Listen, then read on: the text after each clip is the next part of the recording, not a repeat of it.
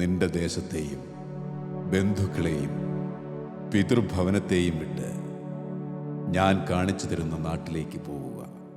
ഞാൻ നിന്നെ വലിയൊരു ജനതയാക്കും.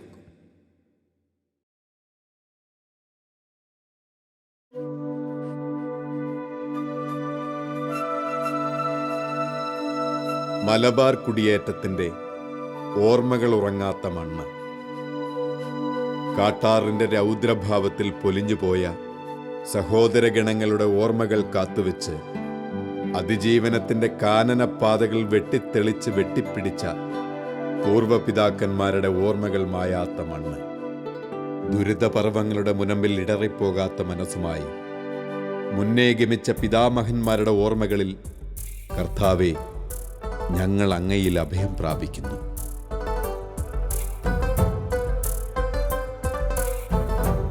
കഷ്ടദുരിത കാലങ്ങൾക്കൊടുവിൽ ആത്മീയ ഉണർവിന്റെ ആലയമൊരുക്കി തേജസ്സാർന്ന ആത്മീയ നവ്യാനുഭവം പകർന്നതിന്, ഈ അമ്മയുടെ പുഞ്ചിരി കൊണ്ട് കുരിശിന്റെ പ്രഭ ചുരിഞ്ഞ് ഈ നാടിനെ അഭിവൃദ്ധിപ്പെടുത്തുന്നതിന് നന്ദി അമ്മേ.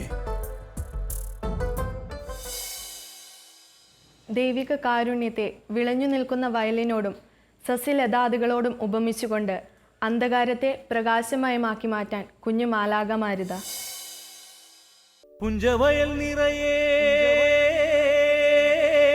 വിളവായേ,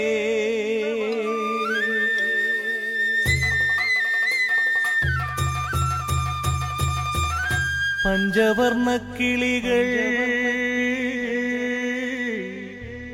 വരവായേ,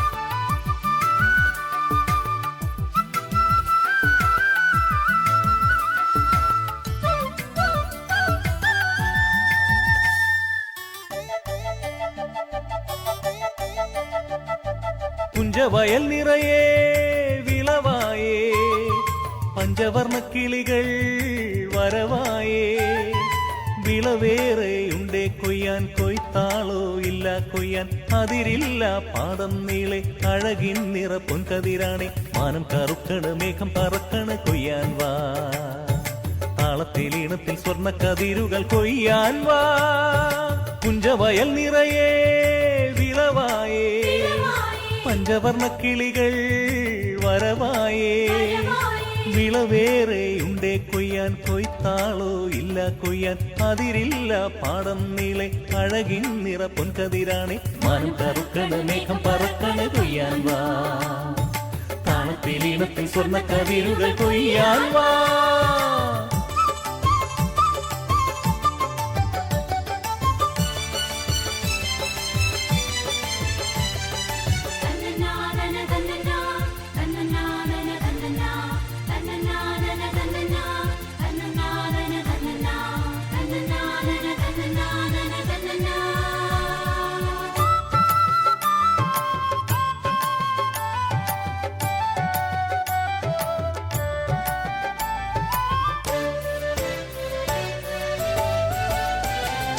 മേഘം മറയണ്, മാനം തെളിയണ്, പൊൻവയിൽ വീശണ്, പാടവരമ്പത്ത് പ്രാക്കൾ പറക്കണ്, തുമ്പികൾ തുള്ളണ്,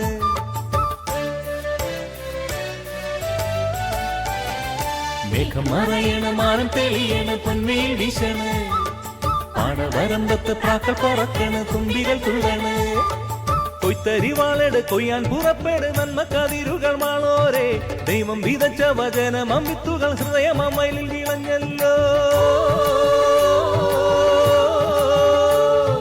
പരസ്നേഹം ജപമാകണം, ജന്മം ദയചൂടും ചെടിയാകണം, വിതച്ചാലും നനച്ചാലും വിധിയാളൻ ഫലം നൽകും, വിയർത്തെല്ലാം ഉയർപ്പായിടും, കുരിശെല്ലാം കതിരായിടും.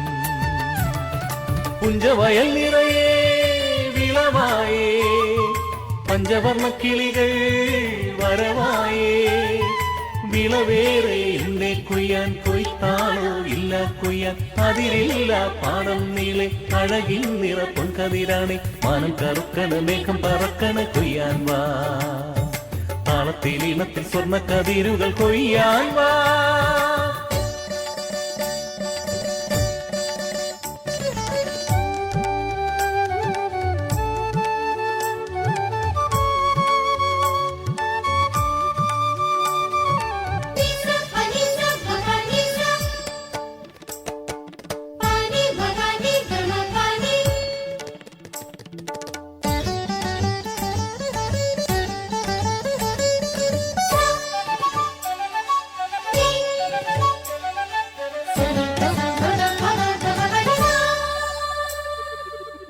തിരുവചനമടിയനു മുന്നിൽ വഴി വിളക്കായി തെളിയണേ രാപകലനിശം യേശുനാഥ തിരുവചനമടിയനു മുന്നിൽ വഴി വിളക്കായി തെളിയണേ രാപകലനിശം യേശുനാഥ കരചരണമിഴിയധരങ്ങൾ നേർന്നിടാം ഞാൻ കൃപ തരു കതിരു നിറഞ്ഞൊരു വയലായിടാൻ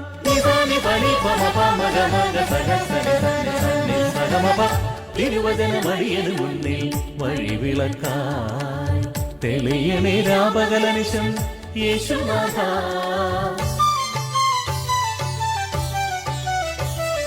പുഞ്ചവയൽ നിറയെ വിളവായേ പഞ്ചവർണ്ണ കിളികൾ വരവായേ വിളവേറെയുണ്ടേ കൊയ്യാൻ കൊയ്ത്താളോ ഇല്ല കൊയ്യാൻ അതിരില്ല പാടം നീളെ അഴകിൻ നിറ പൊൻകതിരാണെ മാനം കറുക്കണ മേഘം പറക്കണ കൊയ്യാൻ വാ താളത്തിൽ ഇണത്തിൽ സ്വർണ്ണ കതിരുകൾ കൊയ്യാൻ വാ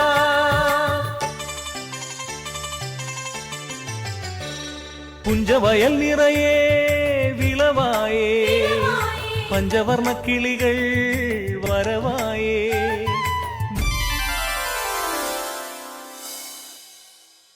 ആദ്യം നമ്മുടെ ഇടവകയിലേക്ക് കുടിയേറി വന്നത് ആരാ കുഞ്ഞുടിച്ചേട്ടാ? ഇവിടെ ആദ്യം വന്നത് കുന്നത്തുകാരും കൊല്ലറയത്തുകാരും ഞങ്ങൾ വരുന്നതിന് മുമ്പ്. ആ, അത് കഴിഞ്ഞിട്ടാണ് കുഞ്ഞുടിച്ചേട്ടൻ വരുന്നത് അല്ലേ? ഞാൻ വരുന്നതെന്ന് പറഞ്ഞാൽ ഞങ്ങൾ കുടുംബസമേതം വരും. ഞങ്ങൾ വരുന്നതിന്, അതായത് കുടുംബസമേതം വരുന്നതിന് ഒരു കൊല്ലം മുമ്പ് ഇച്ചാച്ചനും വേറെ ഒരു 6 ആളും കൂടെ കമ്പനിയായിട്ട് ഇവിടെ വന്ന് സ്ഥലം വാങ്ങി. 65 ഏക്കർ. അത് 7 ആൾ, ഒരാൾ 5 ഏക്കർ ആയതുകൊണ്ട് 7 ആളുകളായി. അങ്ങനെ വന്ന് ഒരു കൊല്ലം അവരിവിടെ കപ്പയും നെല്ലും ഒക്കെ കൃഷി ചെയ്തിട്ട് പിറ്റേ കന്നിമാസത്തിലാണ് ഞങ്ങൾ കുടുംബസമേതം ഇങ്ങോട്ട് പോരുന്നത്. കാലാവസ്ഥയിൽ നിന്ന് അന്നത്തെ കാലാവസ്ഥയെ പറ്റി പറയുകയാണെങ്കിൽ ഇവിടെ 6 മാസം വേനലും 6 മാസം മഴയായിരുന്നു അന്നത്തെ കാലാവസ്ഥ. 6 മാസം എന്ന് പറഞ്ഞാൽ ഒരു 2 മാസം തുടർച്ചയായ മഴ, ഒരിക്കലും തോരാത്ത മഴയുണ്ടായിരുന്നു. അതുപോലെ 6 മാസം വേനലുമായിരുന്നു. പക്ഷേ ഇന്നിപ്പോൾ തിരുവിതാംകൂറിൻ്റെ കാലാവസ്ഥയോട് ഏതാണ്ട് യോജിച്ച് നമ്മുടെ കാലാവസ്ഥ മാറിയിരിക്കുന്നു. അപ്പോൾ ഞങ്ങളിവിടെ വരുന്നത് 1943 സെപ്റ്റംബറിലാണ് വരുന്നത്. അന്ന് ഞാനും ചാച്ചനും അമ്മയും എൻ്റെ 6 സഹോദരൻ ഞങ്ങൾ ഇവിടെ ഒരാൾ ആ നാട്ടിൽ തന്നെ നിന്ന് വല്യപ്പൻ്റെയും വല്യമ്മയുടെയും കൂടെ നിന്ന് അവരെ സഹായിക്കാൻ. അങ്ങനെയാണ് ഞങ്ങളിവിടെ വരുന്നത്. വന്നു കഴിഞ്ഞിട്ട് ഇവിടെ മുരിങ്ങോടി മുതൽ ഇവിടം വരെ നടക്കണം. കടാരിപ്പുല്ലാണ് ഇവിടുത്തെ ഏറ്റവും വലിയൊരു മരം അല്ലെ കാട്. ആ കാടുകൾ വകഞ്ഞ് നീക്കി അല്ലെ വെട്ടി നീക്കിയിട്ട് വേണം ഇവിടം വരെ വരാനുള്ള കാര്യം. ഒരു ഞായറാഴ്ചയൊക്കെ പള്ളിയിൽ പോകണമെങ്കിൽ രാവിലെ പോകും. മഞ്ഞുകാലത്ത് ഈ പുല്ല് തള്ളി മാറ്റിക്കൊണ്ട് പോകുമ്പോഴേക്കും റോഡിലെത്തിക്കുമ്പം ഷർട്ടും മുണ്ടും എല്ലാം നനഞ്ഞിരിക്കും. ഈ കാറ്റ് വന്നാൽ ഈ കടാരിപ്പുല്ലെന്ന് പറയുന്നത് ഒരാളിൻ്റെ ഉയരത്തിലധികമുള്ള പുല്ലാണ്. അന്ന് ആ പുല്ല് ഉപയോഗിച്ചാണ് ഇവിടെ പെര വരെ മേഞ്ഞിരുന്നത്. ഓലയൊന്നുമില്ല ഈ നാട്ടുകാർക്കല്ലോ. ആ കടാരിപ്പുല്ല് നീക്കിയിട്ട് അല്ലെങ്കിൽ ആണ്ടിൽ 2 പ്രാവശ്യത്തെ വയക്കും. അങ്ങനെ അന്ന് തൊണ്ടിപ്പള്ളിയിലാണ് പോകേണ്ടത്. തൊണ്ടിപ്പള്ളി അന്ന് ലത്തീൻ രൂപതയാണ്, കുത്തൂരച്ഛനാണ് അവിടുത്തെ വികാരി. അങ്ങനെ പള്ളിയിൽ പോയി കഴിഞ്ഞ് മടങ്ങി ഇവിടെ 43 വരുമ്പോൾ 43 വരുമ്പം കുത്തൂരച്ഛനാണോ? ലത്തീൻ രൂപതയാണ് ഇവിടെയുള്ളത്. കുത്തൂരച്ഛനാണ്. കുത്തൂരച്ഛനായിരുന്നു അവിടുത്തെ വികാരി. കുത്തൂരച്ഛനുള്ള കാലത്താണ് ഇവിടെ ഒരു നമ്മൾക്കൊരു പള്ളിക്ക് വേണ്ടി ഒരു ചെറിയ സൗകര്യം, ഒരു ഷെഡ് ഉണ്ടാക്കിയിട്ട് ഇതൊക്കെ താഴെ ഉണ്ടാക്കി. അന്ന് നമ്മളൊക്കെ പള്ളിയിൽ പോയിട്ട് ഇങ്ങനെ രാവിലെ പോയാൽ ഒരു കുർബാന കഴിഞ്ഞ് വരുമ്പോഴേക്കും 1 മണിയൊക്കെ ആകുമ്പോഴേക്കും നടന്ന് ക്ഷീണിച്ച് മടുത്തിട്ടാണ് ഇവിടെ എത്തുന്നത്. പിന്നെ അന്ന് പേരാവൂര സ്ഥിതി പറഞ്ഞ ആകെപ്പാടെ ഒരു 4 കടകളെ ഉള്ള എൻ്റെ ഓർമ്മയിൽ. ഒരു സർക്കാർ ആശുപത്രി ഉണ്ടായിരുന്നു കുനിത്തലയ്ക്ക് പോകുന്ന വഴിയിൽ. അത് ഒരു ഡോക്ടർ സ്ഥിരം അവിടെ ഉണ്ടായിരുന്നു. ഒരു രോഗം വന്നാൽ കൂടുതലും അവിടെ പോയിട്ട് മരുന്ന് കിട്ടും സർക്കാർ ആശുപത്രിയാണ്. പക്ഷേ അതിനേക്കാൾ ഭേദമായിട്ട് ഇവിടെ 2 കുരുവിള വൈദ്യന്മാരായിരുന്നു നമ്മുടെ ചികിത്സക്കാരുണ്ട്. ഒന്ന് എളന്തൂരത്തിയും ഒന്നും മറ്റേ ഒരു കുരുവിള വൈദ്യരും. വലിയ കുരുവിള വൈദ്യരെന്ന് പറയും, ചെറിയ കുരുവിളെ അവരായിരുന്നു അവരുടെ വൈദ്യന്മാർ. അന്ന് അവരുടെ ചികിത്സയൊക്കെ ചെയ്താൽ മിക്കവാറും രോഗങ്ങളൊക്കെ മാറും. ഇതില്ലെങ്കിൽ തലശ്ശേരിക്ക് പോകണം. തലശ്ശേരിക്ക് പോകണമെങ്കിൽ ഇവിടെ നിന്നൊരു രോഗിയെ മുരിങ്ങോടി വരെ ചുമന്ന് കൊണ്ടുപോകണമെന്നെങ്കിൽ ചാക്ക് കുത്തരിച്ച് തണ്ട് കെട്ട് അല്ലെങ്കിൽ കസേരയിലിരുത്തി കൊണ്ടുപോയി ബസ്സിന് കയറ്റി തലശ്ശേരി കൊണ്ടുപോയാൽ തലശ്ശേരി ആശുപത്രിയിലാക്കും. അങ്ങനെ ചികിത്സിക്കാൻ സൗകര്യമുള്ളൂ. അപ്പോൾ അങ്ങനെ അത്ര അത്യാസന്ന നിലയിലുള്ളവരെ മാത്രമേ അവിടെ അന്ന് കൊണ്ടുപോകാമായിരുന്നു. അല്ലാത്തവരൊക്കെ ഇവിടെ മലമ്പനിക്ക് ഇത്തിരി കൊയിന വാങ്ങി കഴിക്കും, അല്ലെങ്കിൽ ഗുളിക കഴിച്ച് അങ്ങനെയൊക്കെ പോകുമായിരുന്നു, അല്ല ഇത്തിരി കഷായം. ഇന്നാണല്ലോ പുതിയ സാഹചര്യം വന്നപ്പം പിന്നെ എല്ലാത്തിനും പിന്നെ ലാബ് ടെസ്റ്റ്, സ്കാനിങ് ഇങ്ങനെയെല്ലാം വന്നില്ല. അന്ന് ഇതൊന്നും വേണ്ട. അന്നത്തെ വൈദ്യന്മാർക്ക് ആദ്യമായിട്ട് അവർ നോക്കും, നാഡി ഒന്ന് പിടിച്ച് നോക്കും, പിന്നെ കണ്ണും തുറന്നു നോക്കും, നാക്ക് നീട്ടും, രോഗങ്ങൾ അവർക്ക് മനസ്സിലാവും. അല്ലേ ആ മനസ്സിലാകുന്ന അനുസരിച്ചുള്ള ചികിത്സ രോഗവും മാറുമായിരുന്നു. ഇപ്പം മാറുകയല്ല, രോഗം മാറുമോ? എല്ലാം മാറാത്ത. അപ്പോൾ അതിൻ്റെ അപ്പുറം നമുക്ക് എവിടെ പോകാമെന്നുള്ളതാണ് ഇപ്പോഴത്തെ വിചാരം. അങ്ങനെ അന്നത്തെ കാലത്ത് ഇവിടെ നമ്മൾ കൃഷി ചെയ്തു. കൃഷി ചെയ്തപ്പോൾ ആദ്യം കാടാണ്. ഇവിടെ മുഴുവൻ പ്രദേശമാണ്. നമ്മുടെ ഈ റോഡ് മുതൽ പുഴ വരെയുള്ള സ്ഥലം കാടുകളാണ്. ജമ്മിമാരുടെ ആ കാട് കൊത്തിയിട്ട് നെല്ല് കളയ്ക്കും, കപ്പയിടും.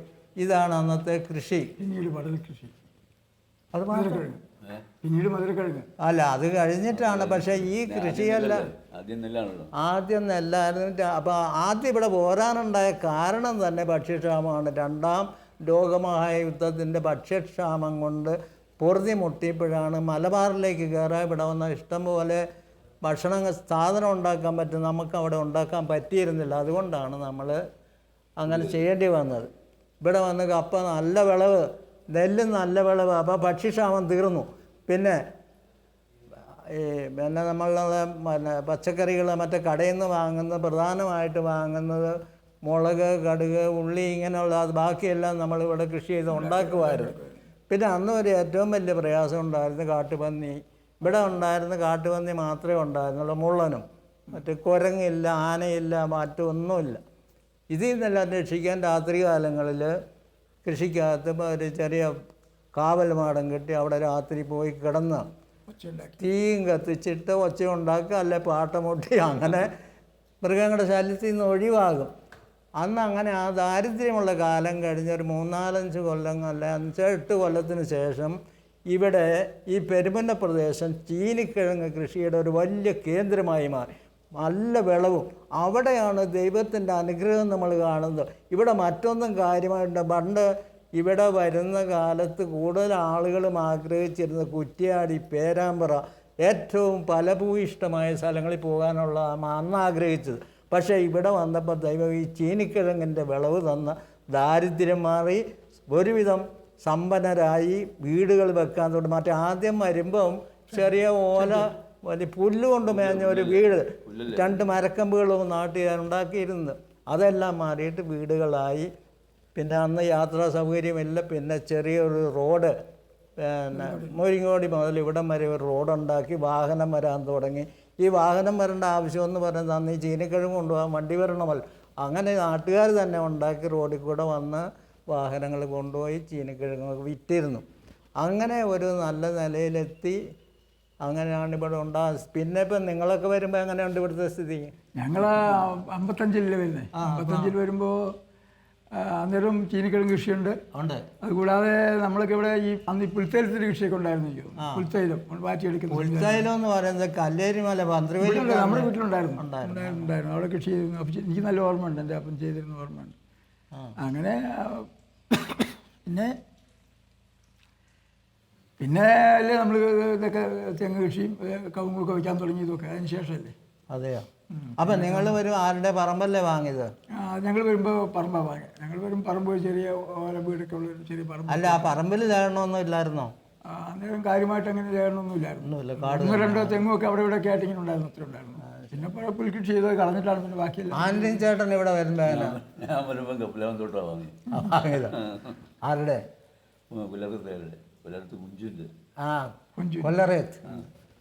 എന്നിട്ട് താമസം അവിടെയായിരുന്നോ? അല്ല, ഞാൻ മടപ്പിച്ചാല് മറ്റേ ആ പാലത്തിൻ്റെ അടുത്തൊരു വീട്ടിലെ ആ വീട്ടിൽ വാടകയ്ക്ക് വാഴപ്പടി കളരിക്ക് കുഞ്ഞ് വ്യത്യസ്ത 5.5 വർഷം ആ വീട്ടിൽ വാടകയ്ക്ക്. എന്നിട്ടാണ് അവിടെ ഇവിടെ വീട് വെച്ചത്. അപ്പം അന്ന് ഞങ്ങൾക്ക് കുർബാന കാണാൻ തൊണ്ടി പോകേണ്ട ആ ഒരു ബുദ്ധിമുട്ട് ഒഴിവാക്കാൻ വേണ്ടി ഇവിടെ ഒരു ഷെഡുണ്ടാക്കി. അന്ന് പാലമറ്റത്തിൽ അച്ഛൻ ഇങ്ങനെ വന്ന് കുർബാന ചൊല്ലിക്കൊണ്ടുവന്ന് ഞായറാഴ്ച തോറും കുർബാന. അത് കഴിഞ്ഞിട്ട് ഇത് സ്ഥിരമായ ഒരു പള്ളി വേണമെങ്കിൽ അതിന് പള്ളി ഉണ്ടാക്കണം, അങ്ങനെ വികാരി വരണം. ഒരച്ഛനെ കിട്ടാനുള്ള പ്രയാസം, ഏറ്റവും വലിയ പ്രയാസമാണ് കുടിയേറ്റ കേന്ദ്രങ്ങളിൽ അച്ഛന്മാരെ കിട്ടാനില്ലാത്ത. ആ അവസരത്തിലാണ് ഇച്ചാച്ചൻ്റെ ഒരു പ്രത്യേക ഒരു സ്നേഹിതനായിരുന്ന ഫാദർ ജോൺ ആറാഞ്ചേരി, അദ്ദേഹം നെരിയങ്ങാനം പള്ളി വികാരി ആയിരുന്നിട്ടാണ് ഇച്ചാച്ചനും അച്ഛനുമായിട്ടുള്ള പരിചയം. അങ്ങേരെ ഇവിടെ കൊണ്ടുവന്നിട്ട് ആദ്യത്തെ സ്ഥിരം താമസിച്ച ഒരു വികാരിയായിട്ടാണ് ഇവിടെ തുടങ്ങുന്നത്. അന്ന് ഈ പള്ളിയുണ്ട്. ഈ പള്ളി എന്ന് പറഞ്ഞാൽ ഇപ്പോൾ ഉള്ള പുതിയതല്ല, എന്നാൽ ആ ഷെഡ് മാറ്റിയിട്ട് ഒരു പള്ളിയാക്കി ഇവിടെ തുടങ്ങിയിരുന്നു. ആ പള്ളിയിലാണ് അദ്ദേഹം ആ മുറിയിൽ തന്നെ താമസിച്ചു. അദ്ദേഹം തന്നെ ഭക്ഷണം ഉണ്ടാക്കും. അന്ന് ഈ കുശിനിക്കാരൊന്നും വേണ്ട. അദ്ദേഹം മിഷന് വേണ്ടി ജോലി ചെയ്യാൻ പോയൊരു വൈദികനായിരുന്നു. അതിൻ്റെ ഒരു വലിയ ഒരു ആത്മീയമായുള്ള നിറവുള്ള ഒരു മനുഷ്യൻ. അതുകൊണ്ടാണ് അദ്ദേഹം ഇവിടെ വന്നിട്ട് ഈ കുർബാന ചെല്ലാനും ഇവിടുത്തെ വിശ്വാസികളെ നല്ല വഴി നയിക്കാനും വേണ്ടി ജീവിതം ഒഴിഞ്ഞു വെച്ച ഒരു വലിയ പുണ്യവാനായ വൈദികൻ എന്നാണ് ഞങ്ങളുടെയൊക്കെ കാഴ്ചപ്പാട്. അദ്ദേഹം കഴിഞ്ഞതിന് ശേഷം വന്ന ആരാന്ന് എനിക്ക് നല്ല ഓർമ്മയില്ല. അറിയോ? കുര്യാച്ചനാണ്. മൂങ്ങാമലച്ചനാ അത് വരുന്നത്. അത് കഴിഞ്ഞിട്ട് പിന്നെ അങ്ങനെ തുടരെ വൈദികർ ഇവിടെ വന്നു. പിന്നെ അരങ്ങാണി ഓലിക്കൽ അച്ഛനുള്ള കാലത്താണ് ഈ പള്ളി പുതുക്കി പണിയുന്നത്. ഈ പള്ളി പുതുക്കി പണിയത് അങ്ങനെ.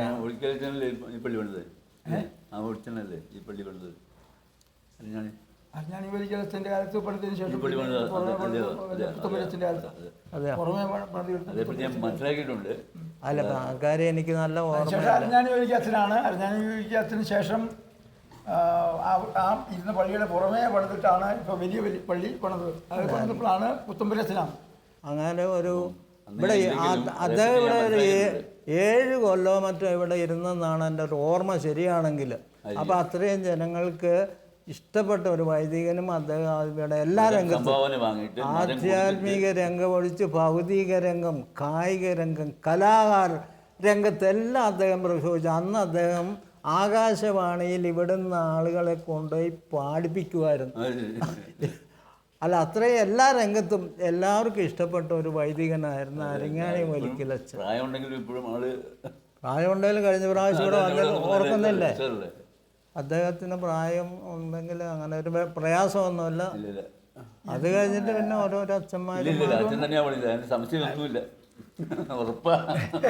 അല്ലാരും തർക്കമില്ലെന്നേ ഞാൻ പറയുന്നത്. അന്ന് ഞാനൊരു കൈക്കാരനാണ്, കുഞ്ഞാപ്പൻ ചേട്ടന് അങ്ങനെ ചെരുവില്ല, ഇവരൊക്കെയാണ് പള്ളിയുടെ നേതൃത്വം എടുത്തത്.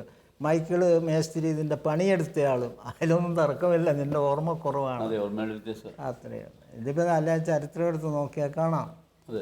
പെരുമ്പുന്ന എന്ന് പേര് കിട്ടാനുണ്ടായ കാരണം ഈ പ്രദേശം മുഴുവനും പുന്നമരങ്ങളായിരുന്നു കൂടുതലുണ്ടായിരുന്ന മരം.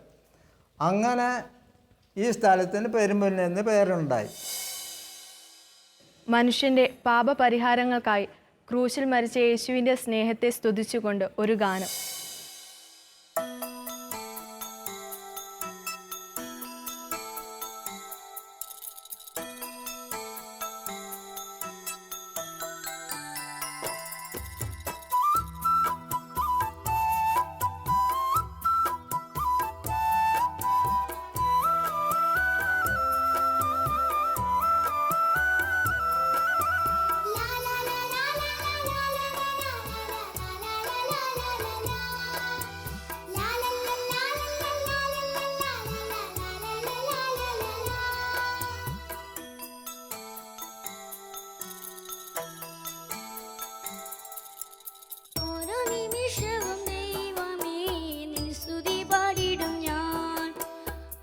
ശ്വാസത്തിലും ദൈവമേ നിൻ നാമം വാഴ്ത്തിടും ഞാൻ.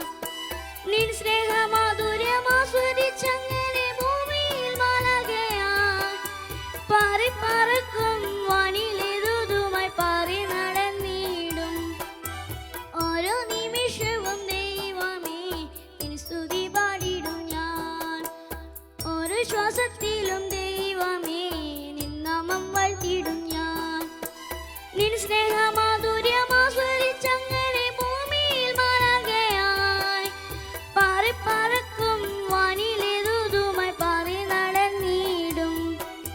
പാറി പറക്കും വാനിലേതുതുമായി പാറി നടന്നിടും.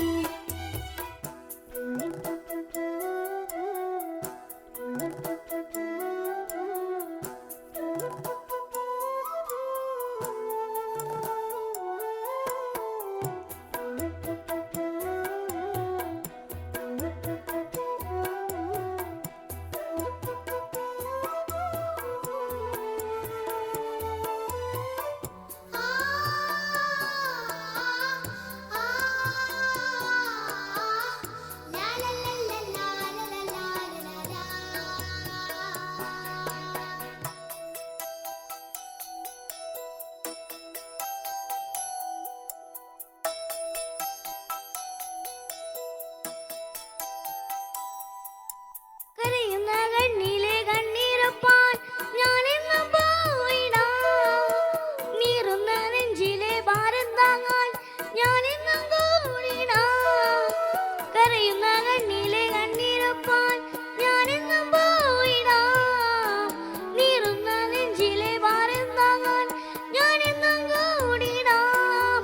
ചെയ്യുന്നതെല്ലാം ഈശോയ്ക്കു വേണ്ടിയാണെന്നുള്ള ചിന്തയാൽ ആനന്ദത്തോടെ പുണ്യപ്രവർത്തികൾ ചെയ്യുവാനായിടും. ആനന്ദത്തോടെ പുണ്യപ്രവർത്തികൾ ചെയ്തു നടന്നിടാം. ഓരോ നിമിഷവും ദൈവമേ നിൻ സ്തുതി പാടിടും ഞാൻ. ഓരോ ശ്വാസത്തിലും ദൈവമേ നിൻ നാമം വാഴ്ത്തിടും ഞാൻ. നിൻ സ്നേഹമാധുര്യം ആസ്വദിച്ചങ്ങനെ ഭൂമിയിൽ മാലാഖയായി പാറി പറക്കും വാനിലേതുതുമായി പാറി നടന്നിടും.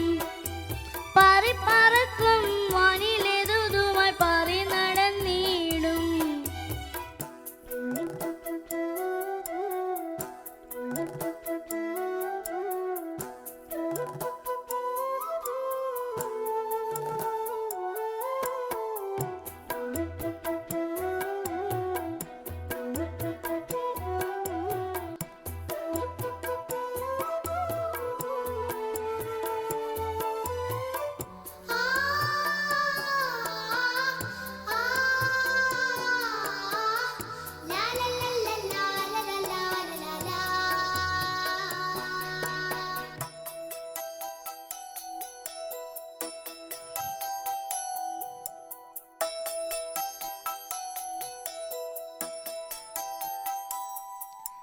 ചുറ്റിലും നിന്നോടെ ദൈവമഹത്വം കണ്ടു നമിച്ചിടാം.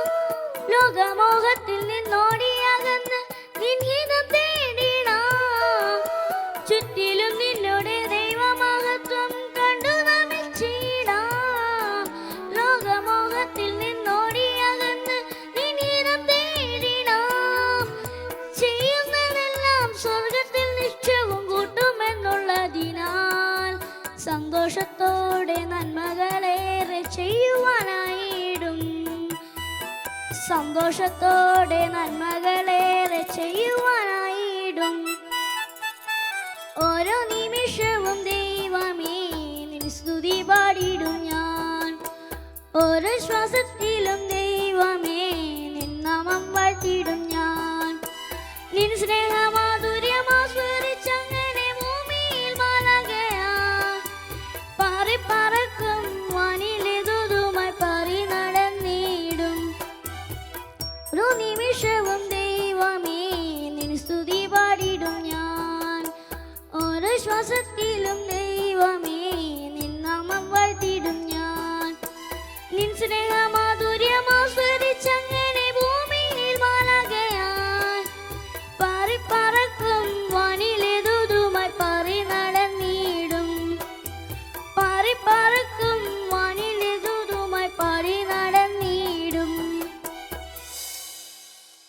ഞങ്ങൾ daughters of presentation of Mary in the temple എന്ന സഭയിലെ അംഗങ്ങളാണ്. 1978 ഓഗസ്റ്റ് 15-ാം തീയതി ഞങ്ങളുടെ സ്വർഗീയ മധ്യസ്ഥയായ പരിശുദ്ധ അമ്മയുടെ സ്വർഗാരോപണ തിരുനാളിൻ്റെ അന്നാണ് ഈ സ്ഥാപനം ഇവിടെ സ്ഥാപിതമായത്. ഞങ്ങളുടെ സഭയുടെ മദർ ഹൗസ് ഇറ്റലിയിലാണ്, കോമോ എന്ന സ്ഥലത്ത്. ഞങ്ങളുടെ ഇപ്പോഴത്തെ മദർ ജനർ ഈ ഇടവകയിൽ തന്നെയുള്ള ഒരാളാണ്. സൂപ്പർ സ്പെഷ്യാലിറ്റി ഹോസ്പിറ്റൽ ഒന്നും ഇല്ലാതിരുന്ന കാലത്ത് ഈ നാട്ടിലെയും മലയോര മേഖലയിലെയും ജനങ്ങൾക്ക് ഒരു വലിയ ആശ്വാസ കേന്ദ്രമായിരുന്നു ഈ ആശുപത്രി. പിന്നീട് കാലഘട്ടത്തിൻ്റെ ആവശ്യമനുസരിച്ച് പ്രധാനമായും നേത്ര ചികിത്സാ രംഗത്തേക്ക് ഞങ്ങൾ ചുവടുമാറുകയും ഈശോയുടെ കരുണാർദ്ര സ്നേഹത്തിൽ നിന്നും ചൈതന്യം ഉൾക്കൊണ്ടുകൊണ്ട് തമ്പുരാൻ്റെ സൗഖ്യദായക ശുശ്രൂഷയിൽ ഞങ്ങൾ പങ്കുചേരുന്നു. ഞങ്ങളുടെ സഭയുടെ തന്നെ ഒരു പ്രത്യേക മിഷനാണ് യുവജനങ്ങളെ, പ്രത്യേകിച്ചും പെൺകുട്ടികളെ എംപവർ ചെയ്യുക എന്നത്. ഈ ലക്ഷ്യസാധ്യത്തിൻ്റെ ഭാഗമായിട്ട് സാമ്പത്തികമായിട്ട് പിന്നോക്കാവസ്ഥയിലായിരിക്കുന്ന പെൺകുട്ടികൾക്ക് വേണ്ടി നല്ല ജോലി സാധ്യതകളുള്ള പാരാമെഡിക്കൽ കോഴ്സുകൾ, അതായത് ഒപ്റ്റോമെട്രിസ്റ്റ്, ANM കോഴ്സുകൾ നടത്തി ഇന്ന് അനേകം പെൺകുട്ടികൾ ഇതുവഴി ജോലി ചെയ്ത് ജീവിക്കുന്നുണ്ട്. കൂടാതെ ഞങ്ങൾ ഇടവകയിൽ വികാരി അച്ഛനോട് സഹകരിച്ച് മതബോധന രംഗത്തും കുടുംബ പ്രേക്ഷിത രംഗത്തും വാർഡ് പ്രാർത്ഥനാ യോഗങ്ങളിലും ഈ അർച്ചന ആശുപത്രിയിലെ സഹോദരിമാർ സജീവമായിട്ട് പ്രവർത്തിക്കുന്നുണ്ട്. ഞങ്ങൾ പ്രസൻറ്റേഷൻ സിസ്റ്റേഴ്സ് അർപ്പിത മാതാവിൻ്റെ മക്കൾ എന്നറിയപ്പെടുന്നു. ഞങ്ങളുടെ സഭ ഇറ്റലിയിലെ കോമോ എന്ന സ്ഥലത്ത് 1833 ഏപ്രിൽ 7 ഈസ്റ്റർ സൺഡേ സ്റ്റാർട്ട് ചെയ്തു. കോമോയിലെ 2 യുവ സുഹൃത്തുക്കളായ ഫ്രാൻസിസ്ക ബൂത്തി, മരിയ റോസി എന്നിവരാണ് ഞങ്ങളുടെ ഫൗണ്ടേഴ്സസ്. പാവപ്പെട്ട പെൺകുട്ടികളുടെ സമഗ്രമായ വ്യക്തിത്വ വികസനമായിരുന്നു ഞങ്ങളുടെ സഭാ സ്ഥാപകരുടെ ലക്ഷ്യം. അന്നത്തെ ആ സംരംഭം ഇന്ന് ഇറ്റലിയുടെ നാനാഭാഗത്തും വളർന്നു വികസിച്ചിരിക്കുന്നു. തലശ്ശേരി അതിരൂപത അഭിവന്ദ്യ വള്ളപ്പള്ളി പിതാവ് വഴി 1968 ഞങ്ങളുടെ ഇന്ത്യയിലെ ഈ സ്ഥാപനം ഇവിടെ സ്ഥാപിതമായി. ഈ ഭവനത്തിൽ ഇന്ന് ഞങ്ങൾ 5 സിസ്റ്റേഴ്സും 6 അർത്തിനികളുമാണുള്ളത്. അതിൽ 3 അർത്തിനികൾ കോഴിക്കോട് പ്രൊവിൻഷ്യൽ ഹൗസിൽ നിന്ന് +2 പഠിക്കുന്നു. ഞങ്ങൾ ഇവിടുത്തെ പ്രവർത്തന മേഖലകൾ സന്യാസ പരിശീലനം, ഇടവക പ്രവർത്തനം, നഴ്സറി സ്കൂൾ എന്നിവയാണ്. ഇവയെ കൂടാതെ വിദ്യാഭ്യാസം, ആതുര ശുശ്രൂഷ, മതബോധനം, സാമൂഹ്യ പ്രവർത്തനങ്ങൾ, ധ്യാന പരിപാടികൾ, കൗൺസിലിംഗ്, മാനസിക ശാരീരിക വെല്ലുവിളികൾ നേരിടുന്ന കുട്ടികളുടെ പുനരധിവാസം എന്നിവയും ഞങ്ങളുടെ പ്രവർത്തന മേഖലകളാണ്.